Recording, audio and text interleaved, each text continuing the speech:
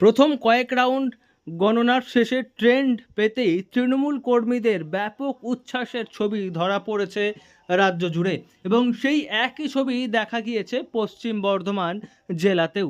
এবং পশ্চিম বর্ধমান জেলার আসানসোল লোকসভা কেন্দ্রে তৃণমূল প্রার্থী শত্রুঘ্ন সিনহা এগিয়ে যাওয়ার খবর পেতেই তৃণমূল কর্মী সমর্থকদের মধ্যে শুরু হয়ে যায় সেলিব্রেশন, যেখানে রাজ্যের বিভিন্ন জায়গায় আবির মেখে সেলিব্রেশন হয়েছে। সেখানে আসানসোলের রাস্তায় ফাটতে দেখা গিয়েছে বাজি, রীতিমতো অকাল দীপাবলি পালন হয়েছে আসানসোলে এবং আসানসোলে বাজি ফাটিয়ে আবির মেখে তৃণমূল কর্মীরা সেলিব্রেশন করছেন।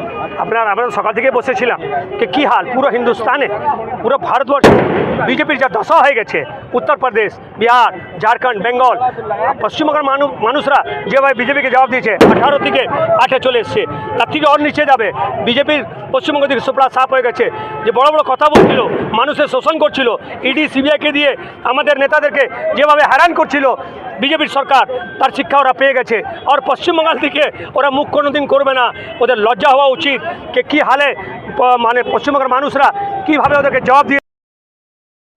উল্লেখ্য, আসানসোল লোকসভা কেন্দ্রের তৃণমূল প্রার্থী শত্রুঘ্ন সিনহা তিনি তার নিকটতম প্রতিদ্বন্দ্বী এস আলুওয়ালিয়াকে অনেকটাই পিছনে ফেলেছেন যত ভোটের রাউন্ডের গণনা এগিয়েছে, এবং তার সেই সময় যত পেরিয়েছে ততই তৃণমূল কর্মী সমর্থকদের উচ্ছ্বাস বেড়েছে। বেলা একটু বাড়তেই দলীয় ঝান্ডা হাতে রাস্তায় নেমে পড়েন তৃণমূল কর্মী সমর্থকরা, সবুজ আবির মেখে শুরু হয় রীতিমতো উৎসব পালন এবং একই সঙ্গে আসানসোলের রাস্তায় বাজি ফাটিয়ে উচ্ছ্বাস পালন করেছেন তৃণমূল কর্মী সমর্থকরা। অন্যদিকে দুর্গাপুরে তৃণমূল প্রার্থী কীর্তি আজাদ এগিয়ে যেতেই ডিজে বাজিয়ে সেলিব্রেশনে মেতে উঠতে দেখা গিয়েছে তৃণমূল কর্মী সমর্থকদের। থেকে ছেড়ে এসে আমাদের এখানে দুর্গাপুরে প্রার্থী হয়েছিলেন, তখনই আমরা ভেবে নিয়েছিলাম কি উনি এখানে গোহারান হারবেন, সেটা আজকে মানুষ দেখিয়ে দিল।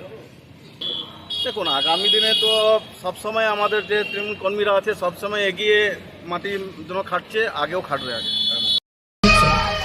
উল্লেখ্য, বেলা যত বেড়েছে ততই বেশিরভাগ কেন্দ্রে রাজ্যে এগিয়ে যেতে দেখা গিয়েছে তৃণমূল প্রার্থীদের, এবং তৃণমূল প্রার্থীদের এগিয়ে থাকা দেখে রাজ্য জুড়ে তৃণমূল কর্মী সমর্থকরা রীতিমতো উচ্ছ্বাস পালন শুরু করেছিলেন। সেই একই ছবি জেলাতে ধরা পড়েছে। 2019 সালে যেখানে আসানসোল লোকসভা কেন্দ্র এবং বর্ধমান দুর্গাপুর লোকসভা কেন্দ্র বিজেপির দখল ছিল, সেই জায়গায় দাঁড়িয়ে 2024-এর যে লোকসভা নির্বাচন সেখানে দুটি কেন্দ্রে তৃণমূল প্রার্থীদের এগিয়ে যাওয়া দেখে তৃণমূল কর্মী সমর্থকরা রীতিমতো মাথা উচ্ছ্বাসে মেতে উঠেছেন। কোথাও ডিজে বাজিয়ে নাচ হয়েছে, কোথাও বাজি ফাটিয়ে সেলিব্রেশন। আসানসোল থেকে নয়ন ঘোষের রিপোর্ট, লোকাল 18 বাংলা।